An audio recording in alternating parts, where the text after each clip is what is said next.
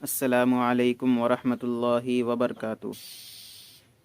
امید ہے کہ آپ تمامی احباب بخیریت و عافیت ہوں گے۔ اللہ تبارک و تعالی آپ لوگوں کو ہمیشہ ایسے ہی ہنستا اور مسکراتا رکھے، آمین ثم آمین۔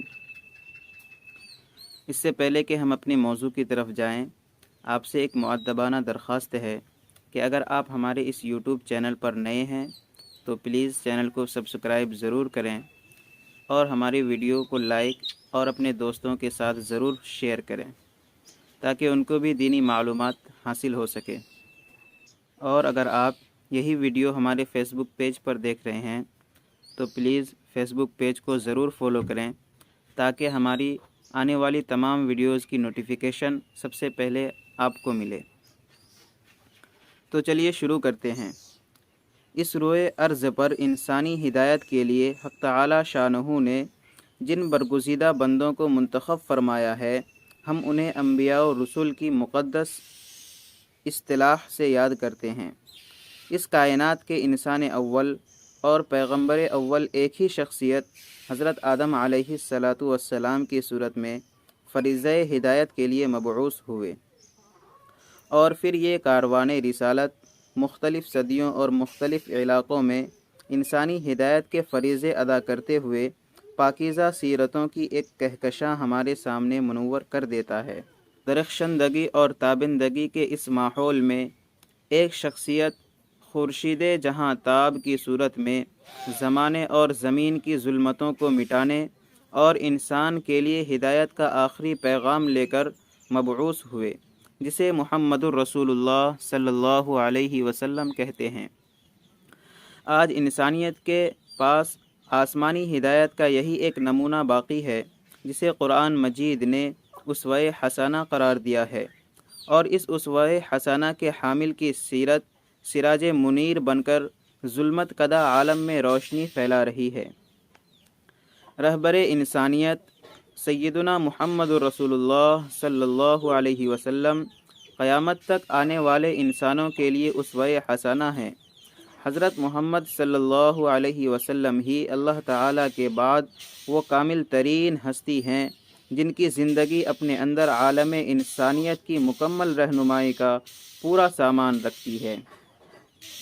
گزشتہ 14 صدیوں میں اس ہادی کامل کی سیرت و صورت پر ہزاروں کتابیں اور لاکھوں کروڑوں مضامین لکھے جا چکے ہیں، اور کئی ادارے صرف سیرت نگاری پر کام کرنے کے لیے محض وجود میں آئے، اور پورے عالم اسلام میں سیرت النبی صلی اللہ علیہ وسلم کے مختلف گوشوں پر سالانہ کانفرنسوں اور سیمینار کا انعقاد کیا جاتا ہے، جس میں مختلف اہل علم اپنے تحریری مقالات پیش کرتے ہیں۔ ہنوزیہ سلسلہ جاری و ساری ہے۔ آج کی اس قسط میں ہم نبی کریم صلی اللہ علیہ وسلم کی زندگی، ابتدائی حالات سے لے کر آپ صلی اللہ علیہ وسلم کی پوری زندگی میں پیش آنے والے حالات و واقعات، غزوات و سرایا، ارض حجاز کے تاریخی مقامات کے متعلق معلومات آسان انداز میں 200 سوال اور ان کے جوابات کی صورت میں پیش کریں گے۔ اس قسط کو ہم 5 حصوں میں ڈیوائیڈ کریں گے۔ پہلے حصے میں ہم سیرت النبی صلی اللہ علیہ وسلم کوئز پر روشنی ڈالیں گے۔ دوسری قسط میں آپ صلی اللہ علیہ وسلم کے خاندان اور وطن کے بارے میں جانیں گے، اور تیسری قسط میں ہم آپ صلی اللہ علیہ وسلم کی بیویاں اور آپ صلی اللہ علیہ وسلم کے اولاد کے متعلق گفتگو کریں گے، اور چوتھی قسط میں ولادت سے نبوت تک، اور پانچویں قسط میں آپ صلی اللہ علیہ وسلم کے اوصاف اور عادات کے بارے میں مزید تفصیل سے گفتگو کریں گے انشاءاللہ۔ اللہ تبارک و تعالی سے دعا کریں کہ اللہ تعالی ہمیں سرکار دو عالم صلی اللہ علیہ وسلم کی سیرت کو صحیح آپ حضرات تک پہنچانے کی توفیق عطا فرمائے، آمین ثم آمین۔ تو چلیے شروع کرتے ہیں ہم سیرت النبی صلی اللہ علیہ وسلم کوئز کو۔ آج کا پہلا سوال ہے، ہم کس مذہب کے ماننے والے ہیں؟ جواب، ہمارا مذہب اسلام ہے۔ سوال: اسلام کے کیا معنی ہیں؟ جواب: اسلام کے معنی لغت یا ڈکشنری میں فرما برداری کے ساتھ گردن جھکا دینے کے ہیں۔ مذہب کی زبان میں اسلام قانون کے اس مجموعے کا نام ہے جس میں عقیدہ اور عمل کی ساری باتیں اللہ تعالیٰ کی طرف سے بندوں کے لیے اتاری گئی ہیں تاکہ اس پر عمل کریں۔ نمبر 3، کیا اسلام کے علاوہ کسی دوسرے مذہب کو مان کر ہمیں کامیابی مل سکتی ہے یا نہیں؟ جواب: اسلام کے علاوہ کسی دوسرے مذہب کو مان کر کامیابی ہرگز نہیں مل سکتی۔ اللہ تعالیٰ فرماتا ہے، اللہ تبارک و تعالیٰ کے نزدیک قابل قبول دین صرف اسلام ہے، سورہ آل عمران۔ اور فرمایا، جو شخص اسلام کے سوا کوئی اور دین کی تلاش کرے اس کا دین ہرگز قبول نہ کیا جائے گا اور وہ آخرت میں نقصان اٹھانے والا ہوگا، سورہ آل عمران۔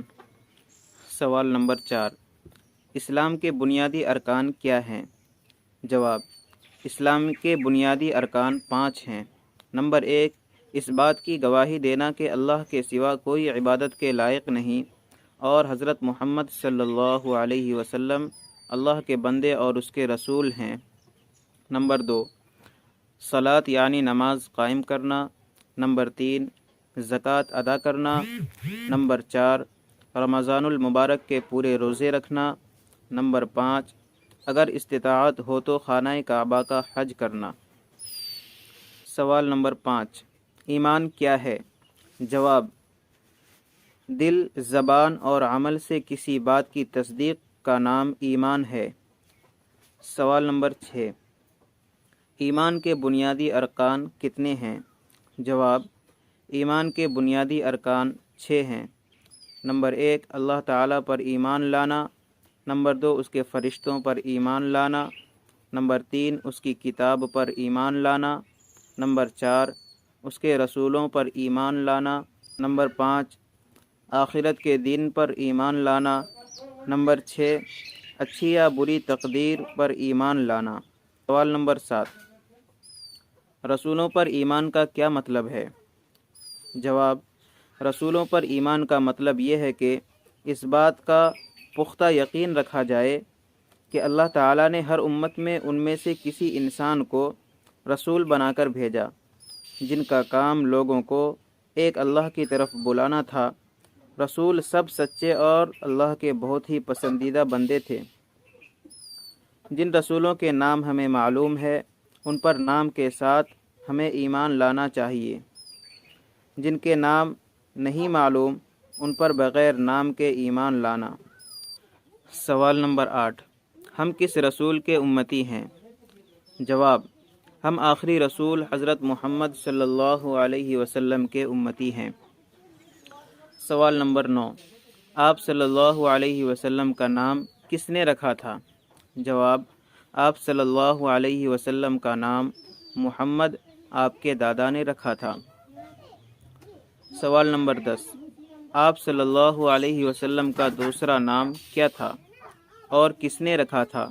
جواب: آپ صلی اللہ علیہ وسلم کا دوسرا نام احمد تھا اور یہ نام آپ کی والدہ نے رکھا تھا۔ سوال نمبر 11، محمد اور احمد کے کیا معنی ہے؟ جواب: محمد اور احمد کے معنی ہیں اس کی خوبیوں کی بنیاد پر خوب تعریف کی جائے۔ آج کے لیے بس اتنا ہی۔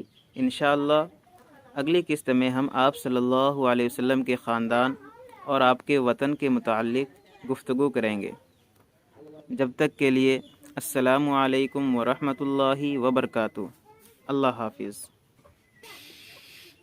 آپ سے پھر میری ایک درخواست ہے کہ اگر آپ ہمارے اس یوٹیوب چینل پر نئے ہیں تو پلیز یوٹیوب چینل کو سبسکرائب ضرور کریں اور فیس بک پیج کو ضرور فالو کریں تاکہ ہماری آنے والی ویڈیوز کی تمام نوٹیفیکیشن سب سے پہلے آپ کو ملے، اور اپنے دوستوں کے ساتھ اس ویڈیو کو ضرور شیئر کریں تاکہ اس کو بھی دین کی معلومات اور ہمارے پیارے نبی صلی اللہ علیہ وسلم کی زندگی کے بارے میں معلومات حاصل ہو سکے۔